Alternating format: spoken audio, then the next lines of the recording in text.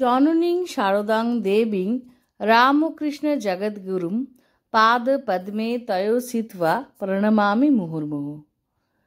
শ্রী শ্রী মায়ের গঠনমূলক কাজে তার শক্তির প্রধান উৎস ছিল ভালোবাসা। লাটু মহারাজের ভাষায়, এমন ভালোবাসা দিয়ে মা আমাদের সব বেঁধে রেখেছেন।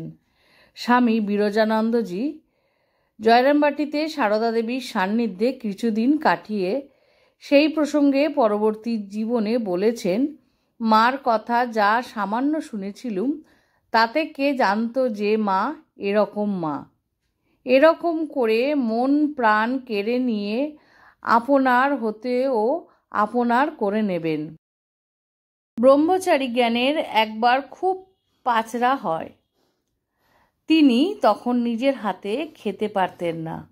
অর্থাৎ এখানে ব্রহ্মচারী জ্ঞান বলে একজন ছিলেন মহাশয়, তার কথাই বলছেন মহারাজ।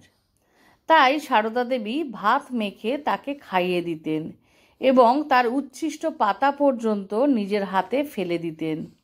আরেকবার কোনো কাজ এক সন্ন্যাসী সন্তান জয়রামবাটির পাশের গ্রামে গিয়েছিলেন। সেই কাজ সারাতে তার অনেক দেরি হলো, অর্থাৎ কাজটি শেষ করতে অনেক দেরি হয়ে গেল। ফলত দেরি হয়ে যাওয়ার সূর্যাস্তের একটু আগে তিনি ফিরেছিলেন। সন্তানের খাওয়া হয়নি বলে সারদা দেবী অসুস্থ শরীরে সন্ধ্যা পর্যন্ত উপবাসী ছিলেন। সন্তানকে খাইয়ে তিনি নিজে খেতে বসেছিলেন। কুলি, মজুর, ফেরিওয়ালা, মেছুনি, পালকিওয়ালা যে কেউ সারদা দেবীর কাছে আসুক, তার কাছে জলখাবার, মুড়ি, গুড়, মিষ্টি পাবেই। 1324 সালে জয়রামবাটিতে বাড়ুজ্যে পরিবারের এক অনাথা বিধবার কানের মধ্যে ঘা হয়। তার একটি মাত্র নাবালক ছেলে ছিল, তাই চিকিৎসা করবার কেউ ছিল না। যত্নের অভাবে ঘায়ের দুর্গন্ধ হয় বলে কেউ তার কাছে যেত না। সারদা দেবী নিজের হাতে তার ঘা পরিষ্কার করেছিলেন। তিনি স্বামী ঈশানানন্দকে নির্দেশ দিয়েছিলেন মেয়েটিকে কোয়ালপাড়ায় নিয়ে গিয়ে চিকিৎসার ব্যবস্থা করতে। সেই থেকে কোয়ালপাড়ায় কর্মীরা আর্তপ্রীতিদের সেবায় ঈশ্বর সাধনা শুরু করেছিলেন। এইভাবে ভাবিকালের নারীদের জন্য সেবাব্রত পরিচালনার পটভূমি রচনা করে দিয়ে গিয়েছিলেন আমাদের মা। এই কাজ ভবিষ্যতে মাতৃসংঘের মাতৃভবন অগ্রদূতের ভূমিকা পালন করেছে। 1950 সালে 13 অক্টোবর মাতৃভবনের উদ্বোধন করেন স্বামী বিশুদ্ধানন্দজি। তখন থেকেই হাসপাতালে কাজকর্ম শুরু হয়। সকলের প্রতি সমান ভাব ছিল এই মাতৃত্বের বৈশিষ্ট্য। এই ভাবের ব্যাখ্যা করে সারদা দেবী বলেন, সকলের উপর সমান ভালোবাসা হয় কি করে জানো? যাকে ভালোবাসবে তার কাছে প্রতিদানে কিছুই চাইবে না। সংসারে এবং প্রতিষ্ঠান রক্ষায় এই শক্তি অপরিহার্য। ক্ষেত্রে মা বলেছেন, গোলাপ, যোগেন এরা না থাকলে আমার কলকাতা থাকা চলে না। যোগেন ও গোলাপ আমার জীবনের সব অবস্থাই জানে। আহা, গোলাপের কোনো বিকার নাই, অভিমান বলে কিছু জানে না।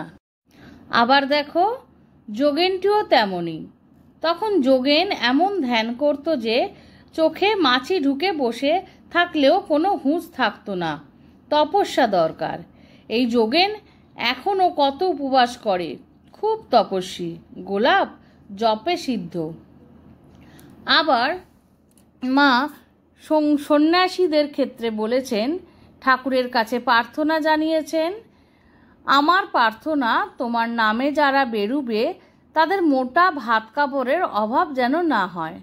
ওরা সব তোমাকে আর তোমার সব ভাব উপদেশ নিয়ে একত্রে থাকবে। আর এই সংসার তপাদগ্ধ লোকেরা তাদের কাছে এসে তোমার কথা শুনে শান্তি পাবে। এজন্যই তো তোমার আশা। ওদের ঘুরে ঘুরে বেড়ানো দেখে আমার প্রাণ আকুল হয়ে ওঠে। তারপর থেকে নরেন ধীরে ধীরে এই সব করলে, অর্থাৎ মঠ প্রতিষ্ঠা করলেন। এই নিয়েই মার চিন্তার শেষ নেই। তার সন্ন্যাসী সন্তান, গৃহী সন্তান, তার জগৎ সংসারের সকল সন্তানের জন্য মার আগাগোড়া এমনই চিন্তা ছিল। আর তার জন্য ঠাকুরের কাছে নানাভাবে তিনি জানাতেন তার মনের কথাগুলি। এদিকে স্বামী ভূতেশানন্দজি বলছেন, গৃহস্থদের ঠাকুর বলেছেন মনে ত্যাগ করলেই হবে। সকলেই ত্যাগী হতে বললে বৌদ্ধ ধর্মের মতো হয়ে যাবে।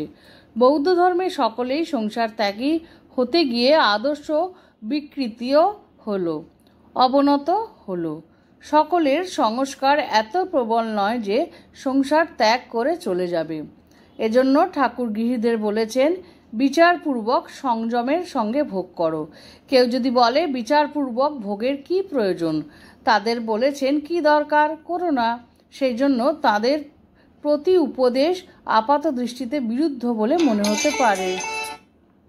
শ্রী মায়ের কাছে কেউ বলেছেন, মা আমি বিয়ে করব। করবে বই কি বাবা, এই সংসারে সবই দুটি, বিয়ে না করলেই কি ভগবান লাভ হয়ে গেল? আবার কেউ বললে, মা আমার সংসারে যেতে ইচ্ছে হয় না।